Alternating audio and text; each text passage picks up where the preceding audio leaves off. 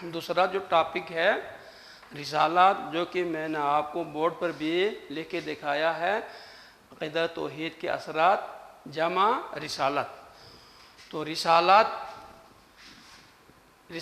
کی لغوی معنی ہے پیغام پہنچانا۔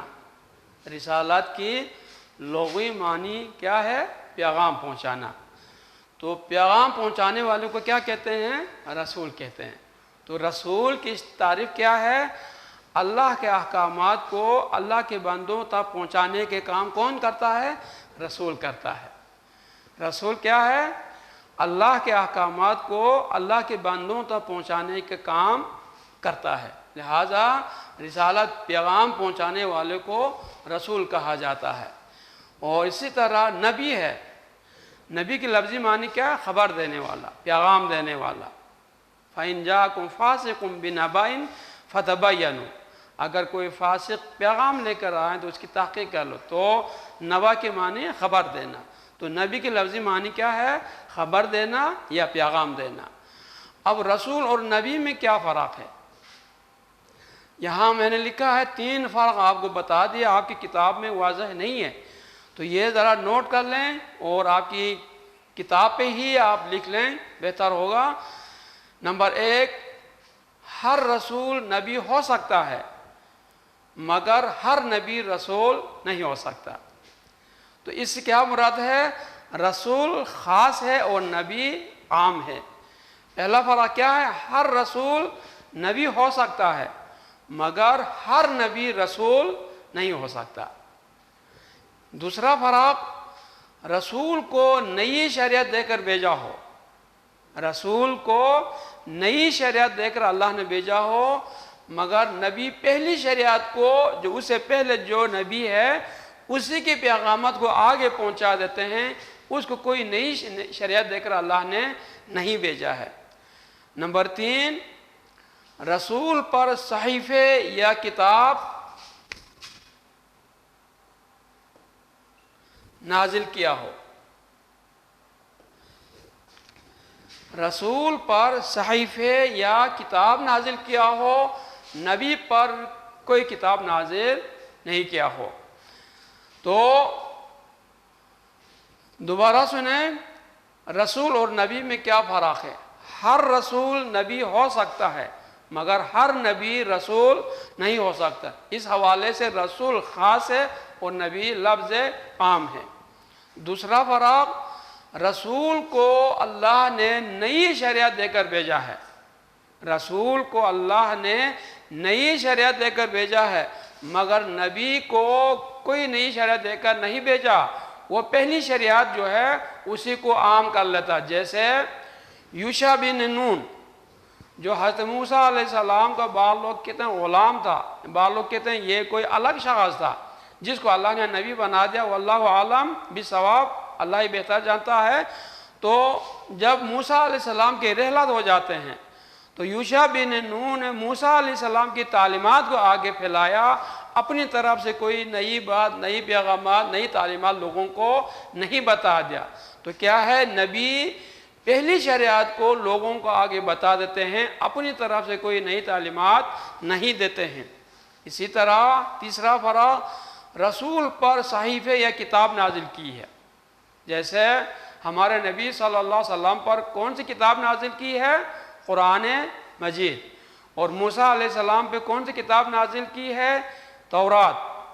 اور داؤد علیہ السلام پہ کون سی کتاب نازل کی ہے؟ زبور۔ اور عیسیٰ علیہ السلام پہ انجیل نازل کی ہے۔ اور ابراہیم علیہ السلام پہ کوئی ایسا صحیفہ نازل کیا ہے جو موجود نہیں ہے، صحیفہ ابراہیمی مشہور ہے۔ تو اسی طرح بہت سے رسولوں پہ کتابیں نازل کی ہے یا صحیفے نازل کی ہے جو وقتی تھے تو وہ مستقل طور پہ نہیں رہے۔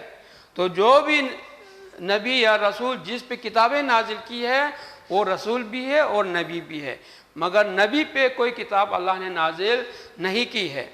تو رسولوں کی تعداد آپ کو بتایا گیا کہ 1,24,000 ہے۔ تو وحی کے لغوی معنی ہیں اشارہ، حکم یا چپکے سے کسی کے دل میں بات ڈالنا۔ وحی کی لغوی معنی کیا ہے؟ اشارہ، حکم یا چپکے سے کسی کے دل میں بات ڈال دینا۔ جیسے حکم کے بارے میں آپ نے سورہ انفال میں 9 کی اسلامیات میں پڑھ لی ہے، اذ یوحی ربک الی الملائکۃ انی معکم فثبتوا الذین آمنوا سألقی فی قلوب الذین کفروا الرعب فاضربوا فوق الاعناق واضربوا منہم کل بنان۔ یہاں پہ حکم کے معنی میں آ جاتا ہے، اللہ نے اپنے فرشتوں کو حکم دے دیا کہ وہ مومنین کے دلوں کو مضبوط رکھیں، ان کے پاؤں جمع کر رکھیں۔ تو یہاں کیا ہے؟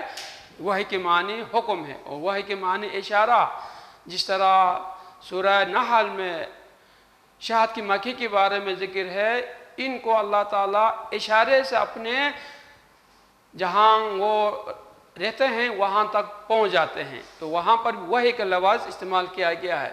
تو وحی کے لغوی معنی ایک کیا ہے؟ چپکے سے کسی کے دل میں بات ڈال دینا۔ اب وحی کی اصطلاحی تعریف کیا ہے؟ اللہ تعالیٰ کسی نبی سے یا رسول سے براہ راست بات کر لیں، یا پردے کے پیچھے سے بات کر لیں، یا فرشتے بھیج کے ان سے بات کر لیں، یہ وحی کی اصطلاحی تعریف ہے۔ براہ راست، پردے کے پیچھے سے، یا فرشتوں کے ذریعے سے اللہ سے ہم کلام ہونا، یہ کیا ہے؟ وحی کی اصطلاحی تعریف ہے۔ سمجھ گئے؟ وحی کی لغوی معنی دوبارہ سنیں، اشارہ، حکم یا چپکے سے کسی کے دل میں بات ڈال دینا۔ اور وحی کی اصطلاحی تعریف کیا ہے؟ کہ اللہ براہ راست یا پردے کے پیچھے سے یا فرشتے بھیج کے کسی نبی یا رسول سے ہم کلام کر لے تو اسے وحی کی اصطلاحی تعریف کہا جاتا ہے۔ وحی کی قسمیں، یہ آپ تھوڑا ہوشیار ہو جائیں، آپ کی کتاب میں وحی جلی کی قسمیں ہیں، وحی کی قسمیں جو میں نے لکھا وہ نہیں، لہذا یہ کتاب میں نوٹ کر لیں۔ وحی کی 2 قسمیں ہیں، وحی کی 2 قسمیں ہیں، ایک وحی جلی ہے، اور یہ بھی نوٹ کر لیں وحی جلی کا دوسرا نام وحی مطلوع ہے۔ وحی جلی کا دوسرا نام وحی مطلوع ہے، اور وحی کی دوسری قسم جو ہے وہ وحی خفی ہے۔ وحی خفی کو وحی غیر مطلوع کہا جاتا ہے، یہ بھی کچھ کتابوں میں پائے جاتے ہیں، وحی غیر مطلوع اور وحی مطلوع پایا جاتا ہے۔ تو آپ پریشان نہیں ہونا، وحی مطلوع وحی جلی کو کہا جاتا ہے، وحی غیر مطلوع وحی خفی کو کہا جاتا ہے۔ تو وحی جلی میں جانے سے پہلے میں آپ کو وحی خفی کیا ہوتا ہے اس چیز کے بارے میں ذرا آپ کو بتا دیتا ہوں۔ وحی خفی الہام یا خواب کو کہا جاتا ہے۔ انبیاء جن کی ذہن میں الہام کی جاتی ہے، یعنی ذہن میں ایسی باتیں خود بخود آ جاتے ہیں، یا خواب میں ان کو دکھایا جاتا ہے، تو وحی خفی میں آ جاتا ہے۔ جیسے ذہن میں خود بخود ایسی بات آ جاتے ہیں، جس طرح نبی صلی اللہ علیہ وسلم کے بارے میں قرآن میں ہے وَمَا يَنطِقُ عَنِ الْهَوَىٰ إِنْ هُوَ إِلَّا وَحْيٌ يُوحَىٰ إِلَيْهِ۔ نبی اپنی خواہشات کے مطابق کوئی بات نہیں کی جاتی، مگر جو بھی بات کرتا ہے اس کو وحی کی جاتی ہے۔ یہ وحی خفی ہے جو نبی صلی اللہ علیہ وسلم کی ذہن میں بات خود بخود آ جاتے ہیں یہ۔ اور اسی طرح آپ سب کو یاد ہے ابراہیم علیہ السلام نے خواب میں کیا دیکھا تھا؟ خواب میں دیکھا تھا کہ وہ اپنے بیٹے کو ذبح کر رہا ہے۔ انی ارا فی المنام انی اذبحک فانظر ماذا تری۔ بیٹے میں خواب میں تجھے ذبح کر رہا ہوں، تو تیری کیا رائے ہے؟ تو عظیم بیٹے کے عظیم باپ کے عظیم بیٹے نے کیا جواب دیا؟ فَافْعَلْ مَا تُؤْمَرْ سَتَجِدُنِي انشاءاللہ مِنَ الصَّابِرِينَ۔ اے ابو جی، جو حکم آپ کو اللہ دے دیتے ہیں اس کو کر ڈالو، آپ مجھے صبر کرنے والوں میں پائے گا۔ آپ چنانچہ ابراہیم علیہ السلام انہیں ذبح کرنے کے لیے لے کے جاتا ہے، لٹاتا ہے۔ بیٹا کہتا ہے ابو جی مجھے الٹے منہ یا میرے چہرے پہ کوئی رومال والا ڈال دیں، کہیں ایسا نہ ہو کہ بیٹے کے چہرے دیکھ کر پدری جو ہے جذباتی غالب آ جائیں اور وہ ہاتھ کام جائے اور مجھے ذبح نہ کر لیں. تو چنانچہ ابراہیم علیہ السلام نے بیٹے کو ذبح کرنے لگے, کٹے نہیں.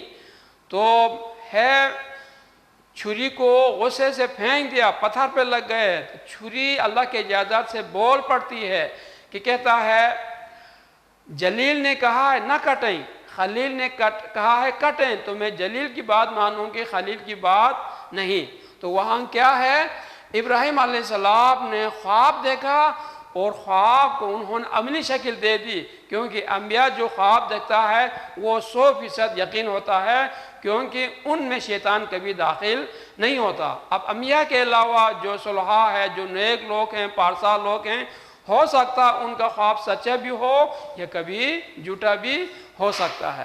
تو وہی خفی کیا ہے, الہام یا خواب کو کہا جاتا ہے, اور اس کا دوسرا نام وہی غیر مطلوع کہا جاتا ہے. اب آ جائیں وہی جلی کی طرف.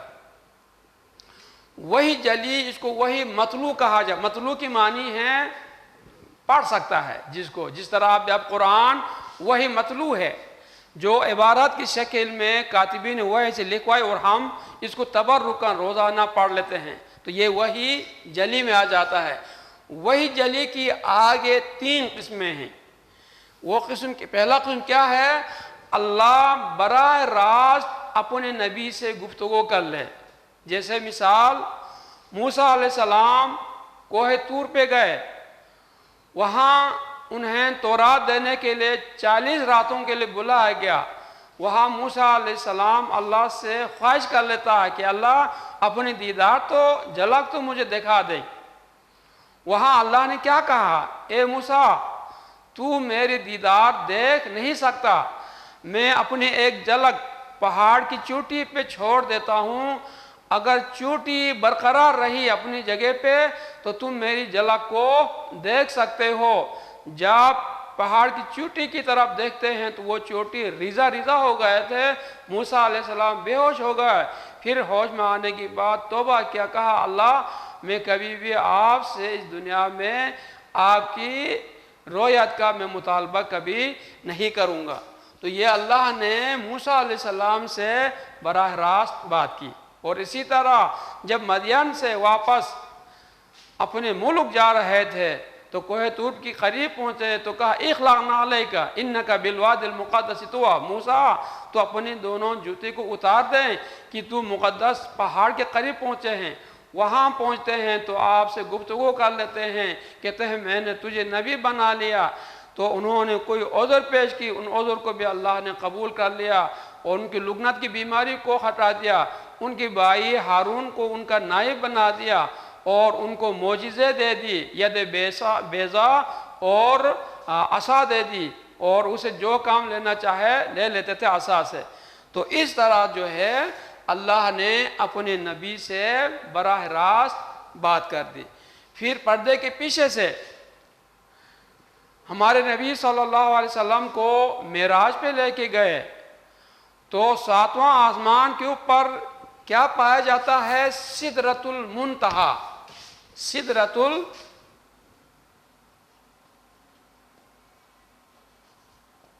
المنتہا, منتہا آخری حد کو کہتے ہیں. سدر بیر کے درخت کو کہا جاتا ہے, بیری کے درخت کو سدرہ کہا جاتا ہے. اور یہ سدرہ بڑا خوشبودار درخت ہے. پرانے دور میں جہاں صابون کا وجود نہیں تھا, اسی کی پتے کو کوٹ کے لوگ صابن کے طور پر استعمال کر لیتے, اور میت کے جو ہے لاش کو دہلانے کے لیے بھی اسے سدر کی جو ہے پتے کو استعمال کیا کرتے تھے. تو جب یہاں پہنچتے ہیں تو یہیں سے پھر جبریل امین لے کے آگے بیت المعمور, بیت المعمور یہاں لے کے جاتا ہے جبریل امین. یہ فرشتوں کا خانہ کعبہ ہے. بیت المعمور کیا ہے, یہ فرشتوں کا خانہ کعبہ بالکل ہمارے خانہ کعبہ کے بالکل اوپر ہے, عین اوپر ہے. کہتے ہیں 70,000 فرشتے روزانہ طواف کر رہے ہوتے ہیں اور تا قیامت تک ان کو دوبارہ باری نہیں ملتی.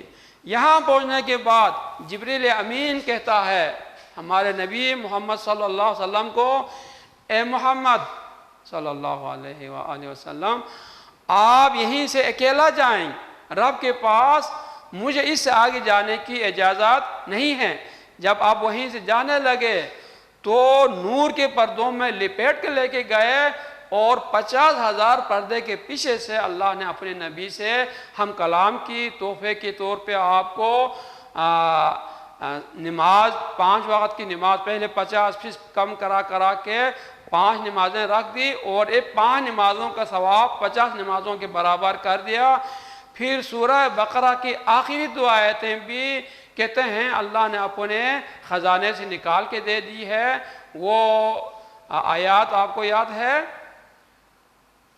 آمن الرسول بما انزل الیہ من ربہ والمؤمنون کل آمن باللہ وملائکتہ وکتبہ ورسلہ والیوم الآخر الی آخری جو ہے آیت تک یہ دیا ہے۔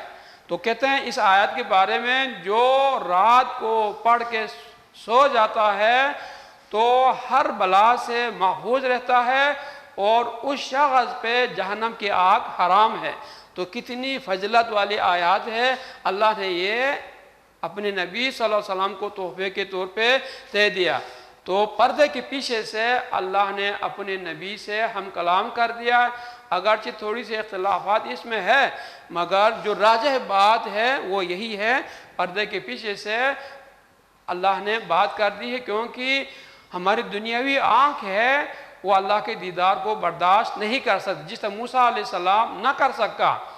تو اللہ کے نبی صلی اللہ علیہ وسلم کو بھی اللہ نے پردے کے پیچھے سے بات کر کے اپنی دیدار کھول کے دکھایا نہیں۔ اس کے بعد فرشتوں کے ذریعے سے یہ بہت سے واقعات ہیں۔ پہلی وحی ہمارے نبی صلی اللہ علیہ وسلم پہ غار حرا پہ نازل کی، جب آپ خلوت میں وہاں نماز پڑھنے کے لیے تشریف لے گئے تھے۔ جبریل امین غار کے منہ پہ آئے، اور اس دن اپنی اصلی شکل پہ آئے تھے، کہتے ہیں 600 پر تھے، ایک پر آسمان میں اور ایک پر زمین پہ، اور باقی جو ہے فضا میں تھے۔ تو وہیں سے انہیں سورۃ العلق اقرأ بسم ربک الذی خلق کی جو ابتدائی 5 آیتیں ہیں وہ آپ پہ نازل کر دی۔ پھر معراج پہ جا رہے ہوتے ہیں، تب بھی جبریل امین آیا، آپ کو اٹھا کے لے کے گئے۔ اور اسی طرح ایک دفعہ صحابہ کرام کے دربار لگے ہوئے تھے، مجلسیں لگی ہوئی تھی، تو ایک اجنبی شخص وہاں پہ آیا جو شکل کے حوالے سے مسافر نہیں لگ رہا تھا، مگر مقیم ہونے کے حوالے سے کہیں اس کو اس سے پہلے دیکھا نہیں تھا، مگر وہ اللہ کے نبی صلی اللہ علیہ وسلم کے سامنے بڑے ادب سے دوزان ہو کے بیٹھ گئے، پھر کچھ سوالات کی اور خود اس کا جواب دیتے گئے۔ پھر وہ جب چلے گئے تو نبی صلی اللہ علیہ وسلم نے صحابہ کرام سے پوچھا کیا تمہیں اس شخص کے بارے میں پتہ ہے؟ انہوں نے کہا اللہ و رسول و عالم، اللہ اس کے رسول جانتا ہے، ہمیں اس چیز کے بارے میں پتہ نہیں ہے۔ تو آپ نے کہا یہ جبریل امین تھا، تمہیں تمہارا دین سکھانے کے لیے آیا تھا۔ تو کیا ہے، فرشتوں کے ذریعے سے اللہ نے اپنے نبی کو پیغام پہنچا دے۔ اسی طرح طائف جاتے ہیں اور بعض لوگوں نے آپ کا چہرہ مبارک زخمی کر لیتا ہے، جوتے خون سے بھر جاتے ہیں، آپ تھکے ہارے ایک پہاڑ پہ ٹیک لگا کے بیٹھ جاتا، آرام کرتا ہے۔ اتنے میں بعض لوگ کہتے ہیں پہاڑی فرشتہ آیا، بعض لوگ کہتے ہیں جبریل امین آیا، کہا اے محمد صلی اللہ علیہ وسلم جب بھی اللہ کے رسول کا نام سن لیں تو دل میں درود ضرور پڑھایا کر، اگر آپ اکیلا ہو تو بے شک بلند آواز سے بھی پڑھ لیں۔ تو کہا اگر تو چاہیں میں اس طائف کے سرکش لوگوں کو ان 2 پہاڑوں کے بیچ میں مسل دوں گا۔ تو آپ نے کیا کہا؟ نہیں، اللہ نے مجھے رحمت للعالمین بنا کر بنایا گیا ہے، میں ان کے لیے دعا کرتا ہوں کہ اللہم اہد القوم فإنہم لا یعلمون، اللہ اس قوم کو ہدایت دے، یہ جانتے نہیں۔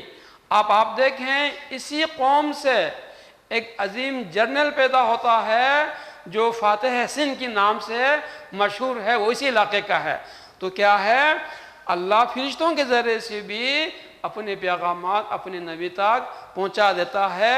تو یہی تینوں قسمیں اسی ایک آیت میں پایا جاتا ہے، جو کہ میں نے بورڈ پہ لکھ دیا ہے، وَمَا كَانَ لِبَشَرٍ أَن يُكَلِّمَهُ اللَّهُ إِلَّا وَحْيًا او من وراء حجاب او یرسل رسولا فیوحی باذنہ ما یشاء، کسی انسان کے اختیار میں نہیں کہ وہ اللہ سے بات کر لیں مگر وحی کے ذریعے، یا پردے کے پیچھے سے، ورا پیچھے، حجاب پردے کو کہتے ہیں، او من وراء حجاب یا پردے کے پیچھے سے، او یرسل رسولا فیوحی باذنہ ما یشاء یا کوئی رسول بھیج دے تو اس کی طرف جو وہ چاہتا ہے وہ بتا دے، وحی کر لے۔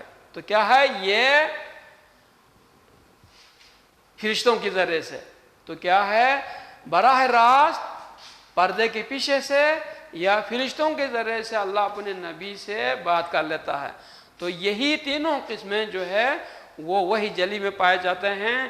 اگر بورڈ کے ایگزام میں آئے تو یہ لکھنے کے بعد آپ یہ بھی وضاحت کر لیں وحی جلی کے آگے تین قسمیں ہیں، یہ تینوں قسمیں آپ نے ضرور ذکر کرنا ہے، نہیں تو پھر آپ کے نمبر نہیں آئیں گے بورڈ میں، لہٰذا ضرور یہ ذکر کر لیں وحی جلی کے آگے تین قسمیں، کیونکہ کتاب میں یہی ہے، وحی خفی اس کا ذکر نہیں ہے۔ اس کے بعد اب یہاں آ جاتے ہیں، سوال ہے رسول کی ضرورت کیوں پیش آئے، یعنی اس دنیا میں اللہ نے رسولوں کو کیوں بھیجا ہے، رسول بھیجنے کے غرض کیا تھے؟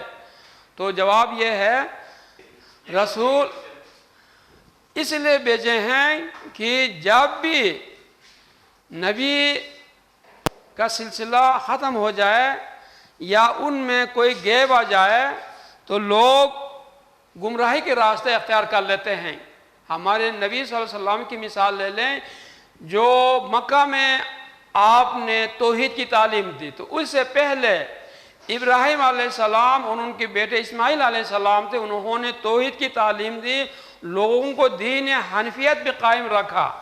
ان دونوں کے رحلات کے بعد جوں جوں وقت گزرتا جاتا ہے لوگ بت پرستی میں شکار ہو جاتے ہیں، گمراہی میں چلے جاتے ہیں، یہاں تک انہوں نے کہا نعوذ باللہ مشرکین مکہ نے کہ اللہ نے جنات سے شادی کی ہے اور فرشتے پیدا ہو گئے۔ یہ سورہ صافات آیت نمبر 158 میں ہے، وَجَعَلَ بَيْنَهُ وَبَيْنَ الْجِنَّةِ نَسَبًا، انہوں نے اللہ اور جنات کے درمیان نسب باندھ دیا۔ کیسے؟ کہتے ہیں نعوذ باللہ اللہ نے جنات سے شادی کی اور فرشتے پیدا ہو گئے۔ اس طرح یعنی غلیظ قسم کی شرک انہوں نے اللہ کے ساتھ کر دیا کہ یہ فرشتے جو ہے وہ اللہ کے بیٹیاں ہیں، اور اسی طرح قیامت کے بھی منکر تھے کہ یہ ہڈیاں جب بوسیدہ ہو جاتے ہیں، مٹی میں رل مل جاتے ہیں، تو کون اس کو زندہ کر لیتا ہے؟ جس طرح ابو جہل ایک ہڈی لے کے لوگوں کے دربار میں جاتا ہے، قہقہا لگاتا ہے، کہتا ہے، محمد کہتا ہے صلی اللہ علیہ وسلم کہ اس ہڈی پہ گوشت پہنا کے دوبارہ زندہ کرا ہوئے، لوگ بتاؤ کیا یہ ممکن ہے؟ اس طرح وہ مذاق کیا کرتے تھے۔ تو ان کی اصلاح کے لیے جب انسان گمراہی میں حد سے آگے گزر جاتا ہے تو ان کی اصلاح کے لیے اللہ تعالیٰ نے وقتاً فوقتاً کوئی نہ کوئی نبی یا رسول بھیجے ہیں تاکہ وہ اللہ کے احکامات کو ان تک پہنچا دیں، یعنی دلائل کی بنیاد پہ، صحیح تورات کی بنیاد پہ، زبور کی بنیاد پہ، انجیل کی بنیاد پہ۔ اب یہ ساری کتابیں منسوخ ہو چکی ہیں، اب ہمارے لیے کیا قرآن مجید ہے، یہ قرآن تا قیامت تک رہے گا اور اسی کی تعلیمات کے پابند سارے مخلوقات ہیں۔ تو جب بھی قوم حد سے گمراہی میں بڑھ جاتے ہیں تو ان کی اصلاح کے لیے نبی بھیج دیتا تاکہ یہ عذر باقی نہ رہا کہ قیامت کے دن اے اللہ تو نے ہمیں کوئی ڈرانے والا، کوئی سمجھانے والا نہیں بھیجا ہے، تو ہم کس طرح آپ کے احکامات کا پتہ چلا کے اس پر عمل کر لیں۔ تو اس عذر کو ختم کرنے کے لیے اللہ نے رسول بھیج دی اور رسول کی ضرورت اس لیے پیش آئے، اور ہمارے نبی صلی اللہ علیہ وسلم کو اللہ نے مبعوث فرما دیا تو آپ پہ ایک عظیم کتاب قرآن مجید بھی نازل کر دی، اور آپ اس قرآن مجید کا عملی نمونہ تھا کہ آپ اس قرآن کی آیات کو پڑھ کے سناتے اور زکوٰۃ دے دو۔ تو نماز آپ لوگوں کو کہتے صلو کما رأیتمونی اصلی، اسی طرح نماز پڑھ لو تم جس طرح تو مجھے نماز پڑھتے ہوئے دیکھ لیتے ہو۔ تو آپ عملی طور پر بھی لوگوں کو نماز پڑھ کے دکھا دے دیتے تھے. تو قرآن کو سمجھانے کے لیے آپ صرف وہی پڑھ کے سنا کے اس پہ اکتفا نہیں کرتے, اس کو سمجھاتے اور اس پر عمل کر کے بھی دکھا دے دیتے تھے. تو لہٰذا لوگوں کی اصلاح کے لیے اللہ نے انسانوں ہی میں سے ایک انسان کو نبی بنا کر بھیجا گیا, تاکہ یہ عذر باقی نہ رہے کہ اللہ اے پروردگار تو نے دنیا میں ہماری اصلاح کے لیے کسی شخص کو نبی بنا کر بھیجا ہی نہیں. یہ اور اسی طرح رسول ملائکہ میں سے کیوں نہیں آئے, انسانوں ہی سے رسول بنا کر کیوں آیا؟ جس طرح ابو جہل کہا کرتے تھے اگر اللہ نے رسول بنا کر ہمیں سمجھانے کے لیے بھیجنا تو کوئی فرشتے بھیج دیتے, یا ہم میں سے کسی سزا کو نبی بنا لیتے, اس یتیم بچے کو کیوں بنایا؟ تو اللہ اس لیے انسانوں ہی میں سے انسان کو رسول بنا کر بھیجا کیونکہ انسان کی خاصیت کو سمجھتا ہے کہ انسان تھکتا ہے, نبی تھکتا ہے انسان. اچھا, انسان کو پیاس لگتا ہے تو نبی کو بھی پیاس لگتا ہے, انسان کو بھوک لگتا ہے تو نبی کو بھی بھوک لگتا ہے. تو وہ نبی انسان کے ہر حالات کو سامنے رکھ کے حکم دے دیتا ہے, اس کی طاقت سے بڑھ کے کوئی کام نہیں دیتا. جس طرح قرآن میں کہتا ہے لا یکلف اللہ نفسا الا وسعها, اللہ انسان کو اس کی طاقت کے مطابق کام دیتا ہے, اس کی طاقت سے بڑھ کے کوئی کام نہیں دیتا. اگر اس کے برعکس کوئی فرشتے آ جاتے تو فرشتے کو پیاس بھوک نہیں لگتے, تھکتے نہیں ہیں, وہ نوری مخلوق ہے, عرش سے فرش پہ آنے کے لیے ایک سیکنڈ بھی نہیں لگتا. وہ اپنی انداز کے مطابق لوگوں کو سمجھائے گا کہ زندگی بھر نماز پڑھتے رہو, رات دن نماز پڑھتے رہو اور روزے میں رہو, یہ سارے تکلیفات وہ بتا دیں گے. کھانے پینے کے بارے میں وہ توجہ ہی نہیں کریں گے کیونکہ اس کو بھوک پیاس نہیں لگتے ہیں, تو وہ انسان برداشت نہیں کر سکتے. اب انسانوں ہی میں سے انسان کا رسول بنا کر بھیجا ہے تو وہ انسان کی مزاج کو سمجھتا ہے, طبیعت کو سمجھتا ہے, اس کے خد و خال کو سمجھتا ہے, وہ اسی کے مطابق وہ حکم دے گا. جس طرح ایک دفعہ اللہ کے رسول صلی اللہ علیہ وسلم کے پاس 3 صحابہ آئے, انہوں نے کہا کہ اللہ کے رسول دن میں رات میں کیا کام کرتے ہیں؟ تو ازواج مطہرات میں سے کچھ تھے, انہوں نے کہا آپ روزہ رکھ لیتے ہیں دن کو اور رات کو تہجد پڑھ لیتے ہیں. تو انہوں نے کہا اللہ کے رسول جس کا اگلا پچھلا سارا گناہ معاف کیا, اس کے باوجود بھی اتنی عبادتیں کرتے ہیں, تو ہمیں اس چیز کا کوئی وعدہ نہیں ہے, تو ہمیں اس سے بھی بڑھ کے عبادت کرنی چاہیے. ایک نے کہا میں زندگی بھر روزہ رکھوں گا, ایک نے کہا میں رات بھر جا کے تہجد پڑھتا رہوں گا, ایک نے کہا یہ شادی اللہ کی عبادت میں ریکارڈ بن جاتی, میں کبھی بھی شادی نہیں کروں گا. جب یہ بات آپ صلی اللہ علیہ وسلم تک پہنچی تو آپ نے تینوں کو بلا کے کہا دیکھو وَلِنَفْسِكَ عَلَيْكَ حَقٌ, تمہاری یہ جان ہے, اس پہ آرام پہنچانا تمہاری ذمہ داری ہے. میں تم سے سب سے زیادہ اللہ سے ڈرنے والا ہوں, اس کے باوجود بھی میں آرام بھی کرتا ہوں تو میں نماز بھی پڑھ لیتا ہوں, میں روزہ بھی رکھ لیتا تو افطار بھی کر لیتا ہوں, میں نے شادی بھی کی ہے. کہا انی ارید اکاثر بکم الامم, میں تو چاہتا ہوں قیامت کے دن میری امتی بہت زیادہ ہو اور مجھے اس پہ فخر ہے, لہذا تم ایسا کام نہیں کرنا جو تمہارے طاقت سے بڑھ کے ہو, تم کر نہیں سکتے ہو, کچھ ٹائم کل اس کی بات چھوڑ دیں گے. لہذا انسان کو اس کی طاقت کے مطابق کام دیں گے, وہ طاقت سے بڑھ کے کام نہیں دیں گے. اس لیے اللہ نے پیغام رسانی کے لیے فرشتوں کو نہیں بھیجا, انسانوں ہی میں سے ایک انسان کو چن کے اسی کو رسول یا نبی بنا کر بھیجا, تاکہ انسان اللہ کے احکامات کو اپنے امتیوں تک پہنچا دے.